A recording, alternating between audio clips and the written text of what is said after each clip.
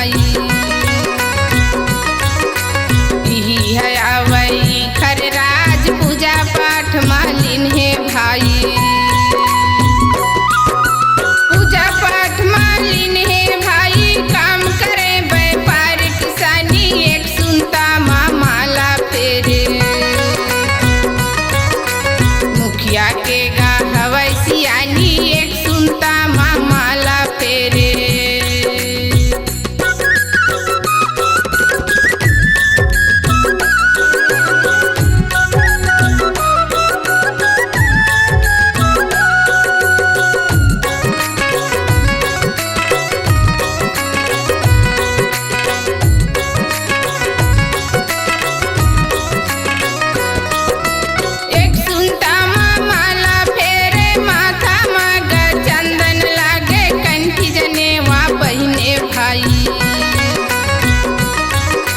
बोली बचन माँ सबसे आगे कंठी जनेवा पहिने भाई।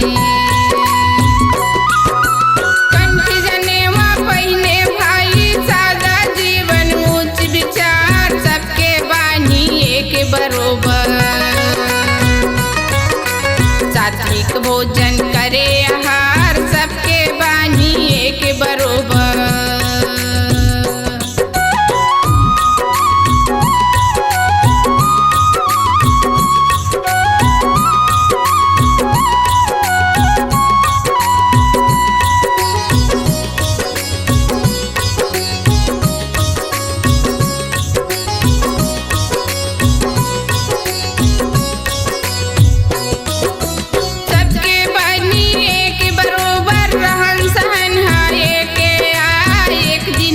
सिपाही संग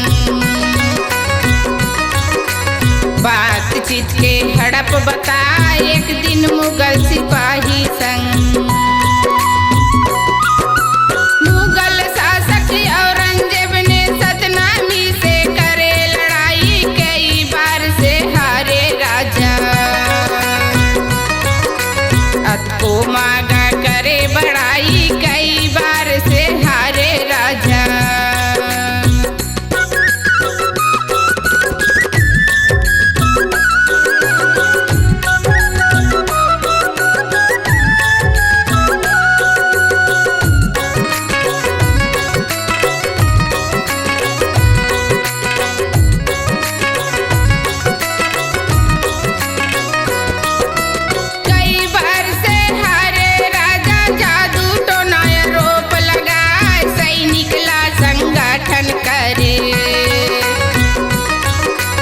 एक एक झल्ला ताबीज पहनाए, सैनिक ला संगठन करे।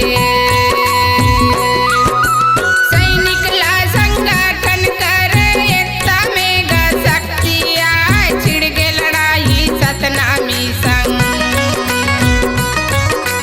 एक एक झल्ला मारे गिराए, छिड़ गे लड़ाई सतनामी संग।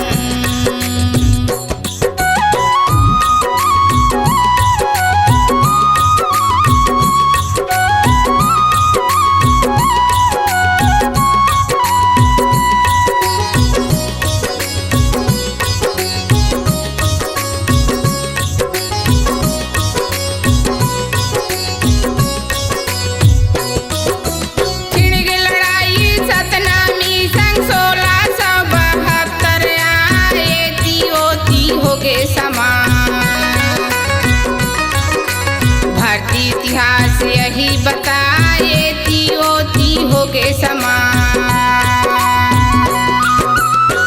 तियोती हो गए समान, चार सखा माँ बढ़ गए भाई, दुख पागे गा रतन बेटा। हो गए हवाई खर कर लाई, दुख पागे सतनामी बेटा। हवाई खर कर लाई, दुख पागे सतनामी बेटा।